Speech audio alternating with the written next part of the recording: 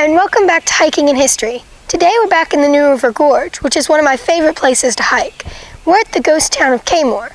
The Kaymoor Miners Trail will take us from Kaymoor Top to Kaymoor Bottom. Kaymoor Top is where the miners lived, while Kaymoor Bottom is where the mining operation took place. It's about 4 miles for the whole hike, so we better get started.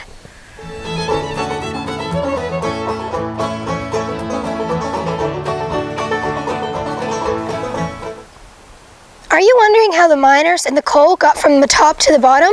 Well, Kaymoor used a system called a haulage. A haulage was carts on cables that were carried up and down the 1,000 feet of the gorge walls. I'm currently standing on the haulage house where it was all controlled.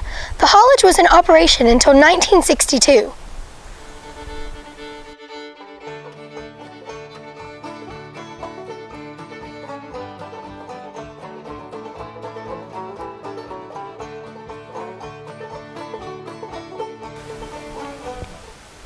Before we leave Kaymoor Top, I want to give you a little bit more of the history. So Kaymoor was a coal camp and was in operation from 1899 to 1962. As I said before, Kaymoor Top was where most of the houses were, but it was also where most of the business was conducted. The company store used to stand right behind me in what is now just woods. That's where the miners' families would have got everything they needed. Most of what we can still see today of Kaymoor is below us at the mine face and Kaymoor Bottom. Kaymoor Bottom suffered a devastating fire in 1960, which destroyed most of the buildings there. This also played a huge role in the permanent closure of the mine in 1962. Now, the National Park Service owns the entire area.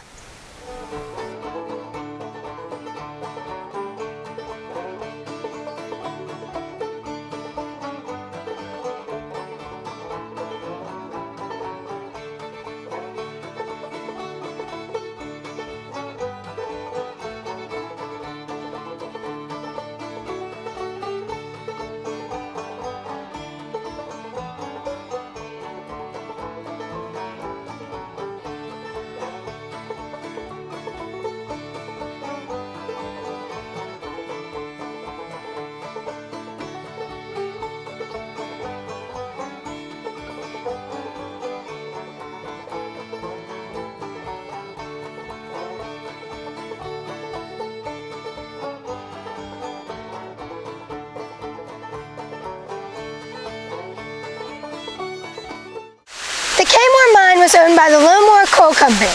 The Kaymoor No. 1 mine, which is the one we're about to go visit, was the largest and most productive in the New River coal field. The miners produced over 17 million tons of coal from this one mine during its operation.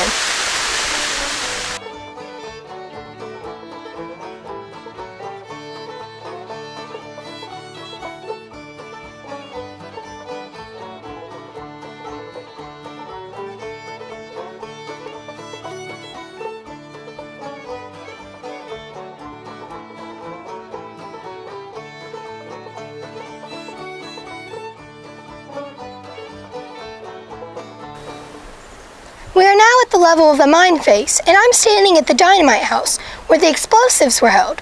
To continue with the history, Kaymoor was named after an employee named James Kay, who was in charge of developing the mine and building the town. At its peak, there were 136 houses here, as well as a pool hall, a ball field, and segregated schools on each level. Interestingly, there were no saloons or churches at Kaymoor.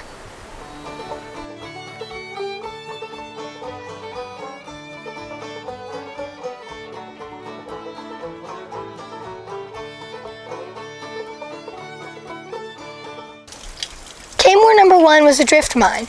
It mined famous New River smokeless coal from the Soul seam. It was a room and pillar mine, where miners hand-picked the coal and it was brought out in mule-drawn carts such as this.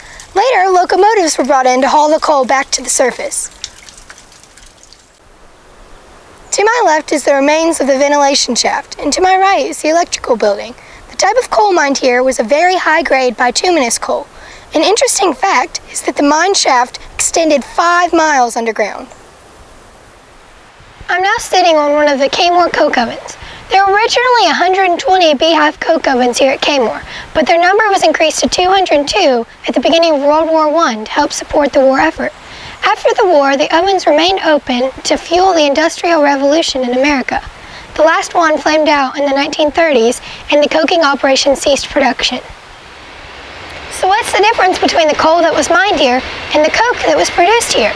Well, coal was a hard, black, flammable rock that was formed from plants millions of years ago in the Carboniferous period.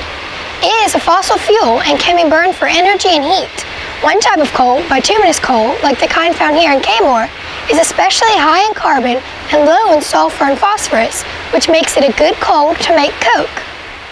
Coke is a porous gray rock that is produced in coke ovens by heating bituminous coal at over 1,000 degrees Fahrenheit for up to 3 days. The oven is designed to keep air out and not let it be a part of the cooking process. The coal softens and liquefies, burning out all of its impurities and leaving almost pure carbon. It then rehardens into the porous lump of what we call coke. An interesting note is that charcoal is made from wood in the same way that coke is made from coal. I was here looking at Coke Oven 22 when I wondered what it looked like when they were still in production. So I have a little bit of footage I want to share with you guys.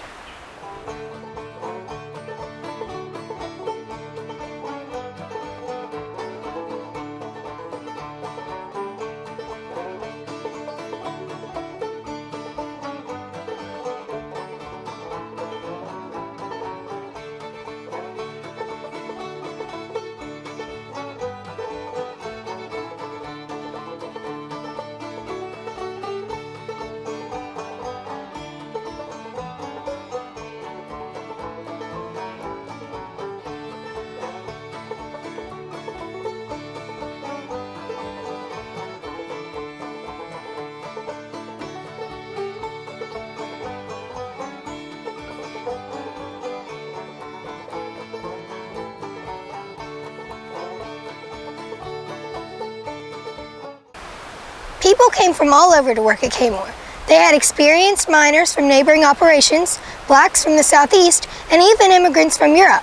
At its peak, Kaymoor employed 800 workers, and they were paid roughly $30 a day, $19 in cash and the rest in company scrip, which could only be used at the company store. The workers also had various jobs. Most worked as miners, while some worked at the tipple or the machine shop behind me.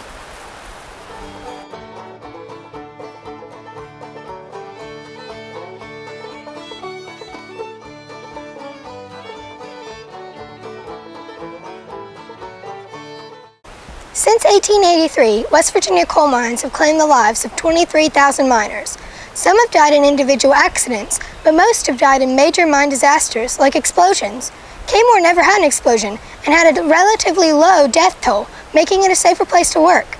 Well, if you see behind me, we have 832 steps back up to the top, so we better get going. See you later!